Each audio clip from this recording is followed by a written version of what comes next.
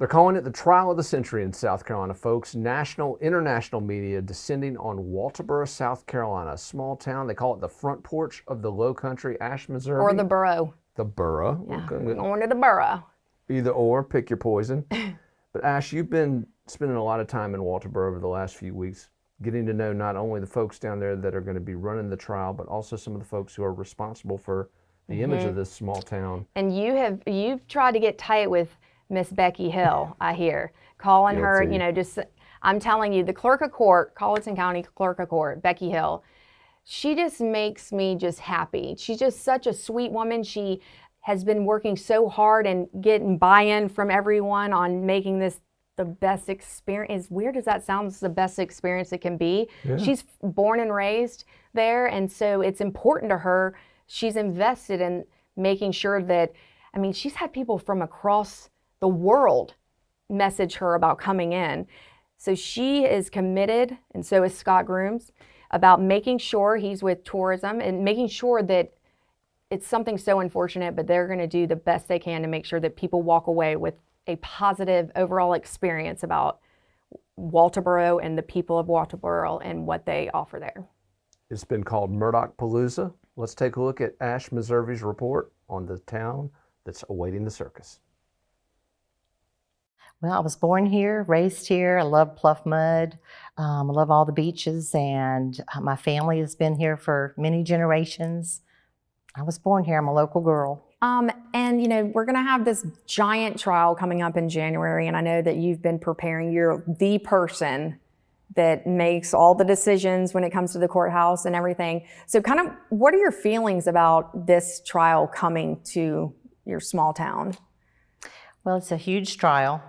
And unfortunately, it's something that has affected many lives and families that, both in Hampton County and in Colleton County. But we'd like to put a positive spin on something that happened negatively.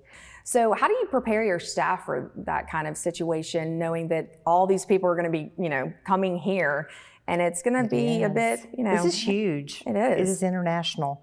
So how do I prepare them? Well, we talk a lot. We meet a lot, and we prepare. Mm-hmm. We try to be prepared, and we're talking every day, and then we'll be meeting weekly with city and county officials, and the city and county have come together so well, and making a plan and just getting everything prepared just before we can, as much as we can before it comes. So let's get down to the logistics of all of this. So whether you're in the media or you're just someone coming from out of town or in town and you want to come to the trial, when it comes to parking and getting a seat and things like that, getting through security, what do we need to know?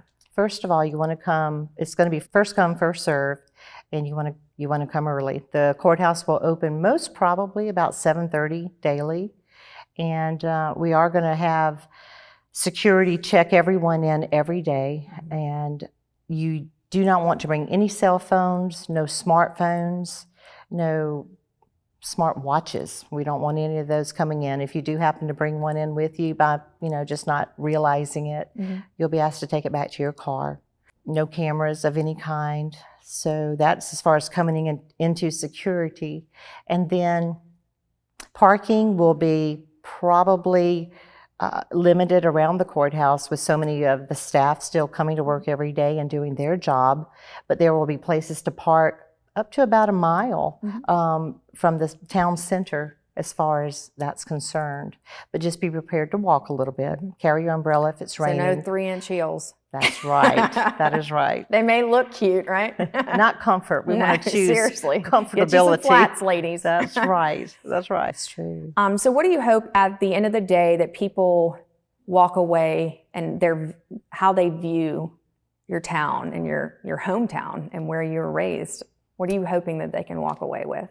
That they will see the beauty in this county where I grew up and the treasures that we have being the front porch of the Low Country, that they'll see a unique place filled with lots of nice people, genuinely nice, real people. Mm-hmm. Salt of the earth, right? That's true. That's true. So tell us how you got here. How did it all start? Well, like Becky, I was born and raised here in Walterboro.